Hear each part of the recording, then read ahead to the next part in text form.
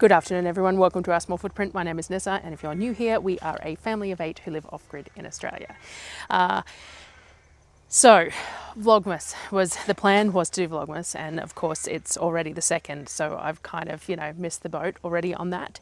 But we will see how we go. Every year I say that I will do Vlogmas and I fail at doing daily videos. It's just not really feasible in what we do on the lifestyle and having the time to edit it. I was saying to Darryl that I really should have done this yesterday, or I should have done it this morning, but it's really hot. Lamington's in the yard with Sonnet, so she's yelling. It's really hot, and so coming out here to film is difficult. We haven't got the back patio yet. As I said, the plans for the profits from the sale will go towards the roofing for that, but we haven't got the quote for that yet. So hopefully we can get that done sometime soon, and then we can have the back patio.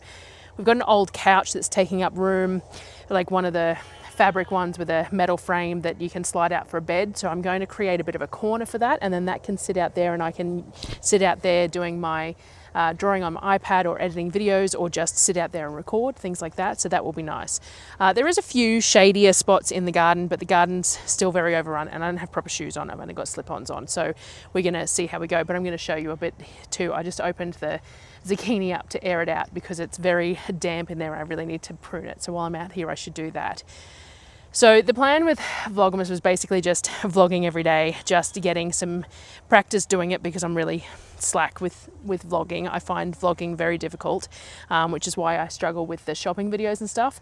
But I mentioned at the end of the last video that I actually did buy myself a new camera. So it's basically a Christmas gift for myself.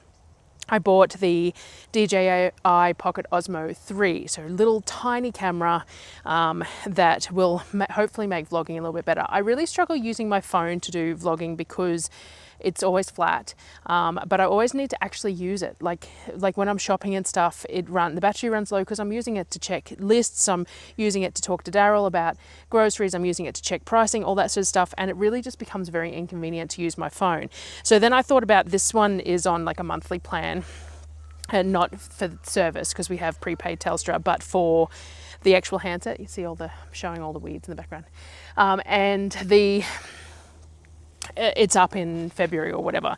So I thought about just getting a second iPhone, and then I could use one as a phone and one as a camera.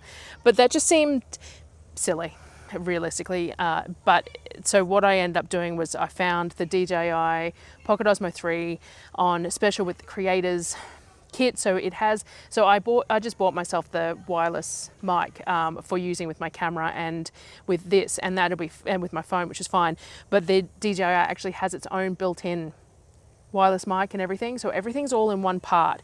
So you've got a clip on, but it's built into the handle, and the creator's friend has an extra battery pack built into it, and it's really tiny. And so like at the moment I've got a monopod type thing attached to my phone so that I don't have to hold it up high, but it's still killing my shoulder just holding it. So this will be a lot smaller, a lot easier to do that with. So hopefully that will make the vlogging a bit easier. Now I did order it in Black Friday sales and had sort of hoped it would already be here, but it isn't. It's still in transit. So when it gets here, it gets here.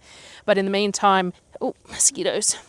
In the meantime, I'll use my phone and whatever else. So, I didn't end up putting a video out for the 1st of December because I didn't. So this is going to be the 1st of December basically, and part of today. And I think last year what I ended up was every 2nd or 3rd day was as much as I could manage with the vlogging and everything else. So it would probably end up being the same thing. I know a lot of creators have these schedules and plans for videos for every day in Vlogmas and stuff like that, and that's definitely not going to be the thing for me. And I'd like to do real life vlogging, but I do find it difficult because I don't want to include the children except when they plan to be included, and I still curate the property and the house and everything else because we are 8 people living off-grid in Australia, and a lot of people have issues with a lot of the things that we live in, and that's fine, they're allowed to, but I'm not going to invite more disdain if I don't have to. So to a degree I curate what I show because that's how it is. We do tend to do, so in December the kids take off the month of regimented schooling, so they don't have to do, so during the rest of the year is our school year. We don't take school holidays or anything like that. And they have a certain amount of hours that they have to complete each day of different core tasks, and then they have their own interest-based learning.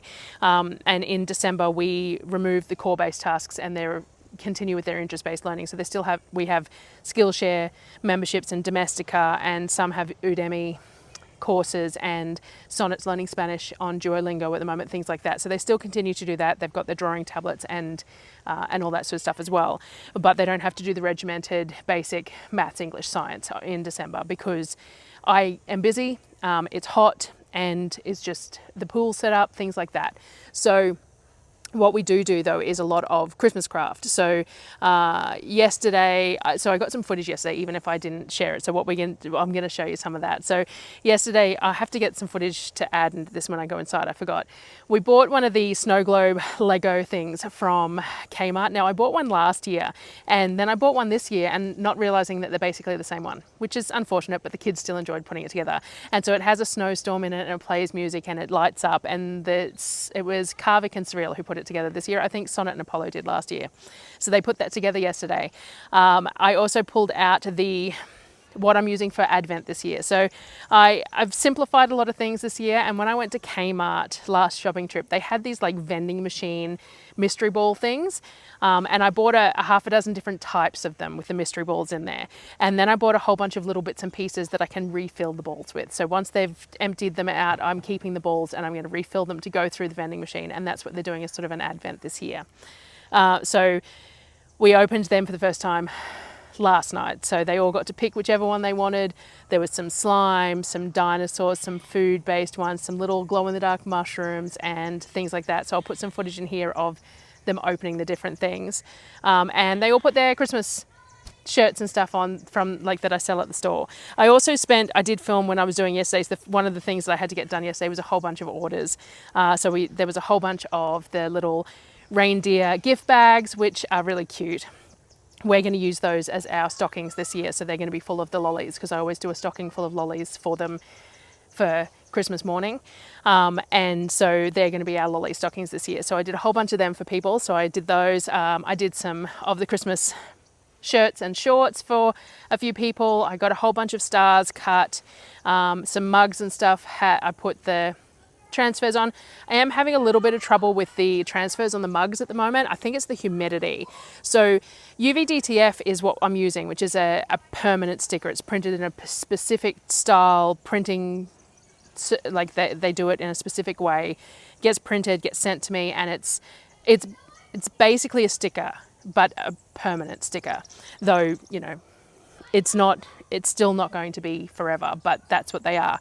And they have this really vivid color to them. So previously I was looking at I did sublimation. I bought a sublimation printer. I printed out my own sublimation stuff and I put it on mugs. The problem is that you're really limited on what mugs you can use if you're sublimating. They basically have to be straight, they're white, it was boring.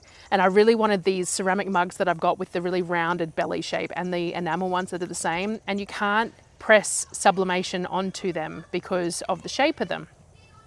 So I went with the UV-DTF, and I love how vivid the UV-DTF is. It's amazing. So every time I put something on a mug or something, I'm impressed with myself. But I think the humidity is screwing with the stickers at the moment. So you have to peel a backing off, you have to place the sticker. Now you cannot move that sticker once it's placed. There is a definite technique to getting the backing off, getting it placed. I ran into problems with Waltz the Wombat. I don't offer him on the ceramic mugs anymore because the shape of the ceramic mug and the shape of Waltz, it wasn't working. He was getting crimped and I couldn't get him to work. I've got so many seconds of Waltz on mugs. So you have to put it on a certain way, you have to peel it a certain way and everything else. Now the problem is that I think the humidity is playing with the adhesive a little bit. So I'm pressing it on the mugs, and then when I go to peel the backing off, it's not always staying on the mugs. And so then I'm having to, it's been fun. So we're having a few issues with that at the moment, but I'm persevering and we'll get it done. I have a lot of boxes ready to be put into the system today, a dozen or more. I think I ended up with 35 orders or something over the last few days. So I think I've got about a third of them boxed up. There's a few that are still waiting for some bits and pieces that I'm just doing. I have a tree to cut, a couple of stars more to cut, some of the shirts to press still. I have a new print order coming tomorrow because I got some of I was selling them as Christmas shirts and shorts, but they've been ordered without the Christmas hats on them, and I didn't have the right size transfers without the Christmas hats on them, which is fine. I ordered sheets of those because I'm going to have all this stock of all this extra clothing, so I'm going to pivot after Christmas, and we'll figure out what we're going to do with what I've got and things like that. So it's fine to have the extra. So I've ordered the extra of those. They should arrive tomorrow afternoon, and then I can get them boxed up and posted on Wednesday, and have everything posted by Friday is the plan. Everything out of this house by Friday. I've still got the orders open at the moment because I've got the time to do it, and the stock to still be able to get everything out by Friday. Everything, I'll show you, this is my table at the moment that has a whole bunch of orders. Well, this was before I boxed them up, so everything's been boxed up now that I could, but this was the table the other day, so yesterday. So I still have the capacity to do a bit more, so I've left the sale open for the moment, and then I'll probably cut it off. I'll cut it off when don't have time or stock to be able to do any more, so that's how I'll work it. So the children interrupting. So yes, it's been fun. So we did all the Advent, we did the kids wore their Christmas shirts last night. I actually bought enough to do them a second set so they can have 2 sets rotating all through December, so that'll be fun. I haven't finished their Santa sacks yet. I'm doing the orders first before I get to our stuff, because that's fine. And I've got a few gifts still to finish as well, but again, I'm doing the orders before that because it's just not as important. So yeah, so that was my 1st of December, was basically filling orders and getting all that sort of stuff sorted.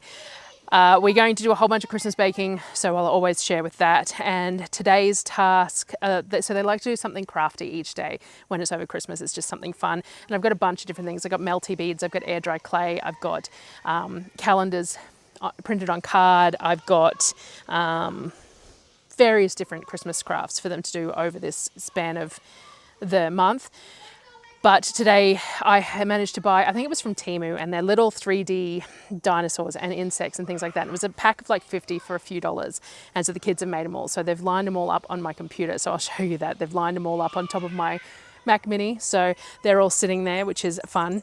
And I've had to babysit the slime a few times because a couple of the kids chose the slime out of the Advent last night, and I've been babysitting that. So, the other thing is the kids are doing some chores because they're not doing schoolwork. They're doing some project chores and activities, and one of those was they were helping with the garden. So I'm going to turn you around and show you the garden because people were asking me about it.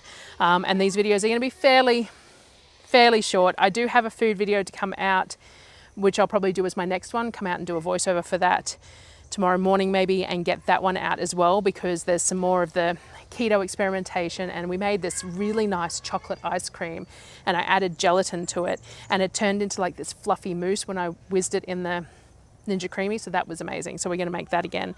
So there's still plenty of food to happen, and I still have to do all my planning and everything, which I'm trying to do as I go along, because there's certain things that we've used or not used differently to normal, so I really need to take that into account. But let's have a look at the garden for the moment. Now, standard disclaimer, it's full of stuff.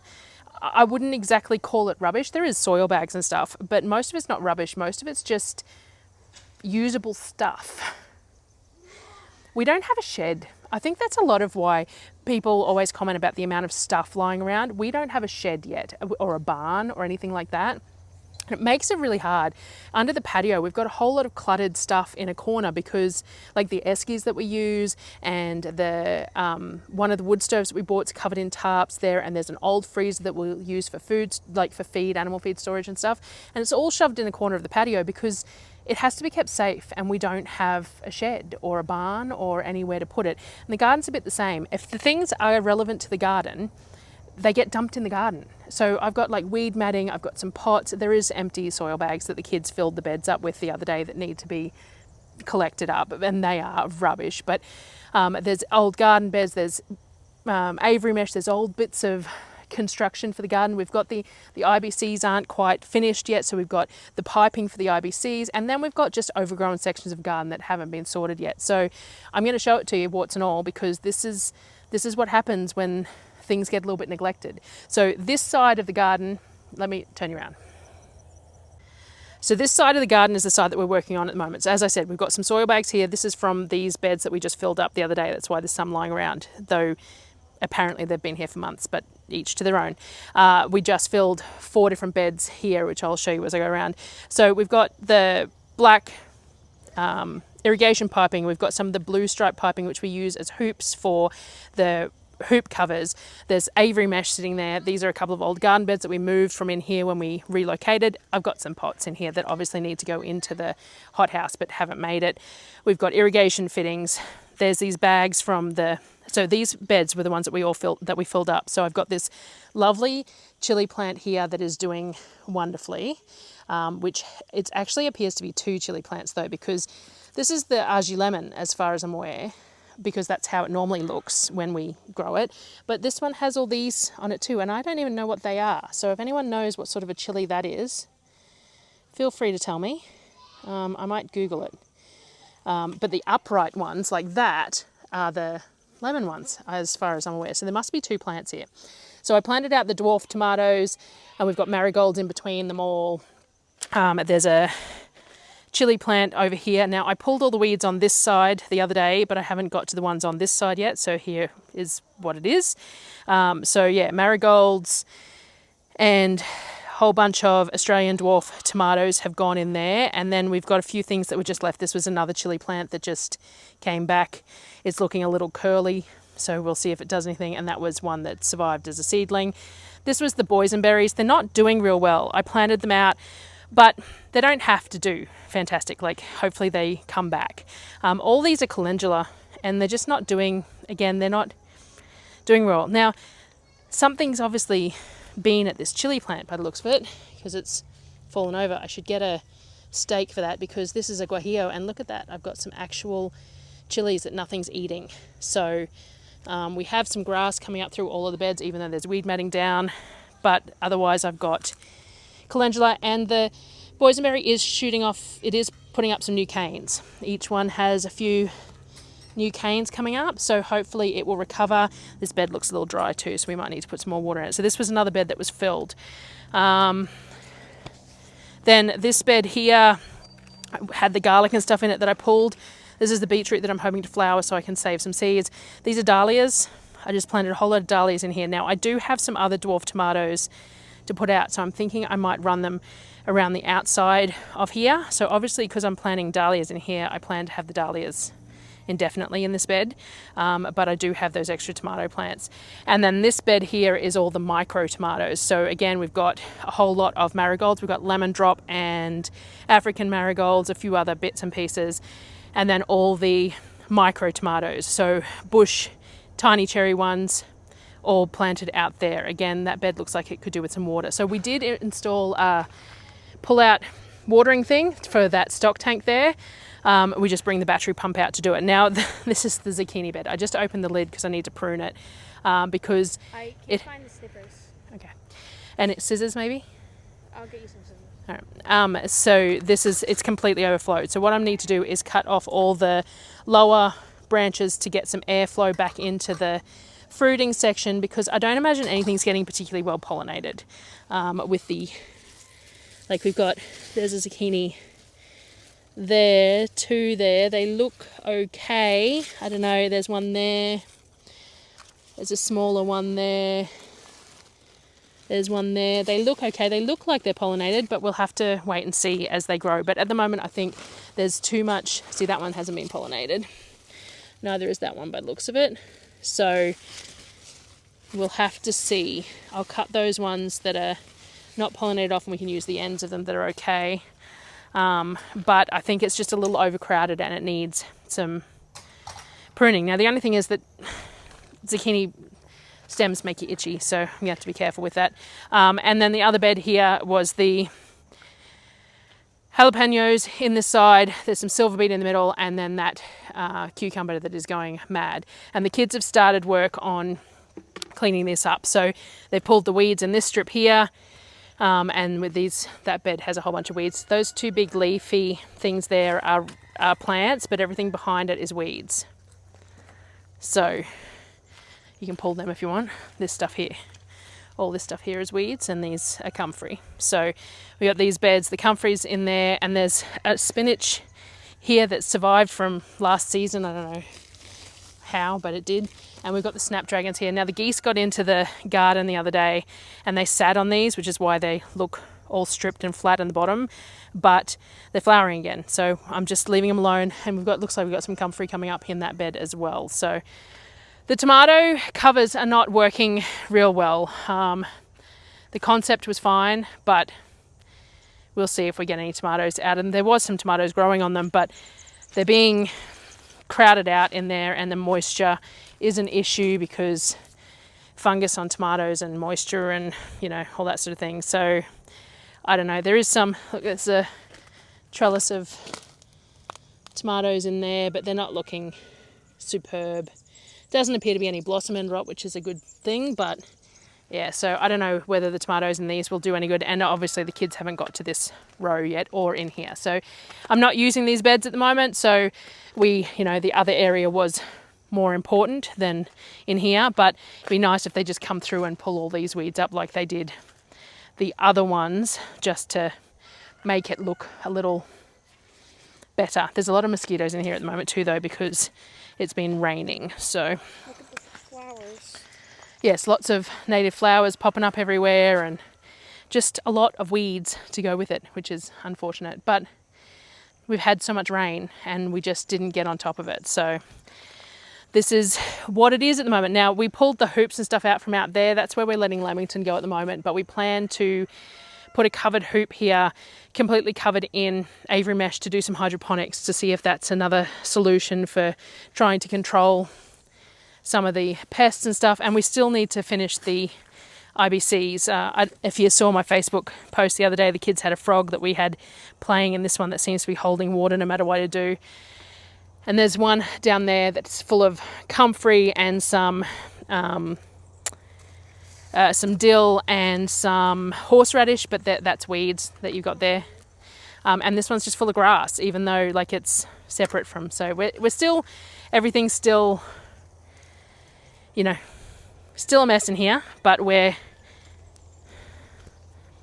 slowly working through it all. And I'm not going to hide it because it is what it is. So we're going to prune this, and then that's probably it for today. It's just too hot at the moment.